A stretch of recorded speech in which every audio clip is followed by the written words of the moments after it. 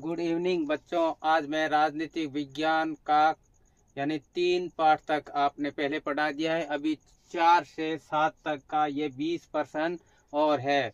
परीक्षा की दृष्टि से इम्पोर्टेंट आज हम इनमें पढ़ेंगे, यानी 7 अध्याय तक स्वतंत्र भारत की राजनीति वैसे 7 अध्याय के बाद में जो बाकी बचेगा वो नेक्स्ट क्लास में पढ़ेंगे। इस तरह से आप आराम से पढ़िए। अपने शुरू करते हैं क्लास को। यानी सबसे पहला हमारा प्रश्न है, पंचशील के 5 सिद्धांत किसके द्वारा घोषित किए गए। पंचशील के 5 सिद्धांत किसके द्वारा घोषित किए गए, तो इसका आंसर होगा जवाहरलाल नेहरू जी, पंडित जवाहरलाल नेहरू जी।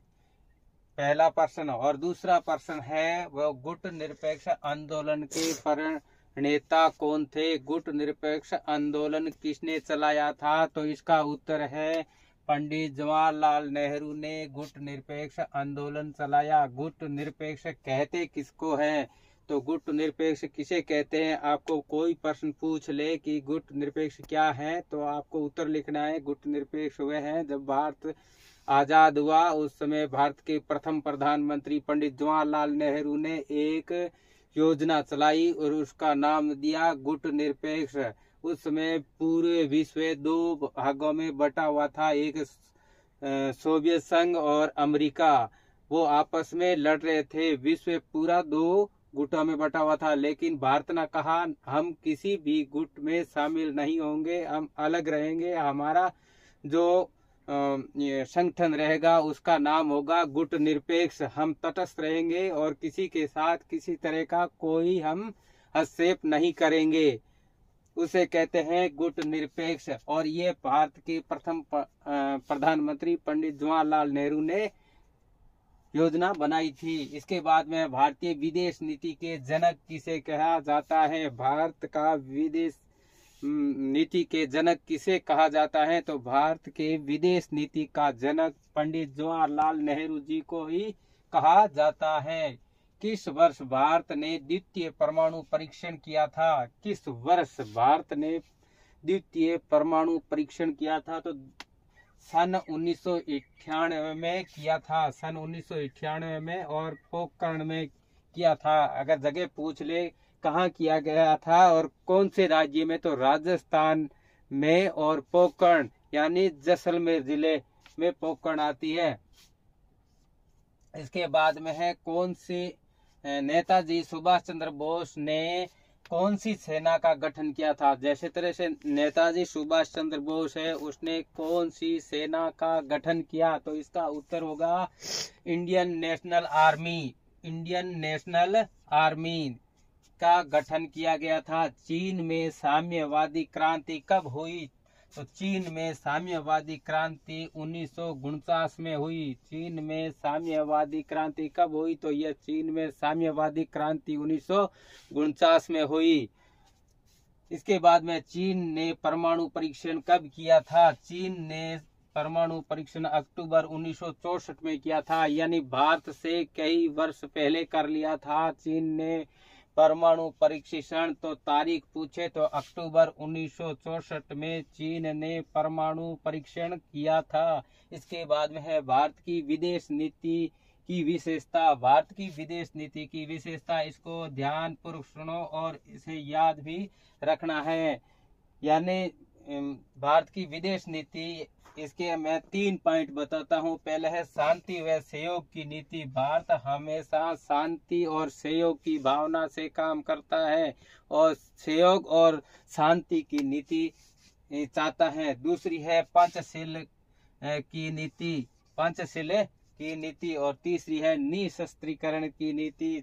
भारत ने कहा कि हम परमाणु परीक्षण करते हैं तो हमारी रक्षा के लिए करते हैं। कोई देश हमारे पर परमाणु परीक्षण यानी परमाणु बम का उपयोग करेंगे तो हम उसको हमारी जान को बचाने के लिए उसके मुंह तोड़ जवाब देंगे। अगर ऐसा कोई नहीं करता है तो हम पहले किसी देश पर परमाणु बम का उपयोग नहीं करेंगे।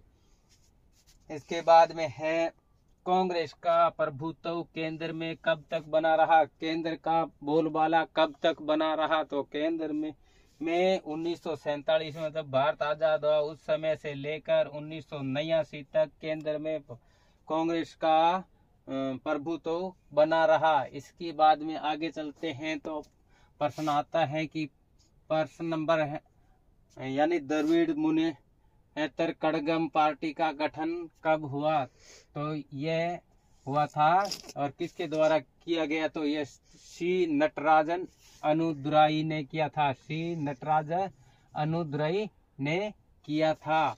इसके बाद में है कांग्रेस का विभाजन कब हो गया था? तो कांग्रेस का विभाजन 1969 में हुआ था। प्रश्न पूछ ले कि कांग्रेस का विभाजन कब हुआ, तो आपको लिखना है 1969 में। यानी 4 ऑप्शन नहीं बता रहा हूं मैं, मात्र एक ही ऑप्शन बता रहा हूं और वो ऑप्शन आपका 3 खोटे होंगे और 1 सत्य होगा और वो होगा 1969। अगर 1969 ए या बेस है या दे में किसी में हो तो आपको सत्य करना है 1969। और इसके बाद में है यानी 1960 के दशक की कौन सी संज्ञा दी गई? 1960 का जो दशक था वो कैसा था? तो 1960 का दशक है वो खतरनाक दशक था। खतरनाक की घड़ी थी। उस समय भारत में प्रथम मध्यावधि चुनाव कब हुआ?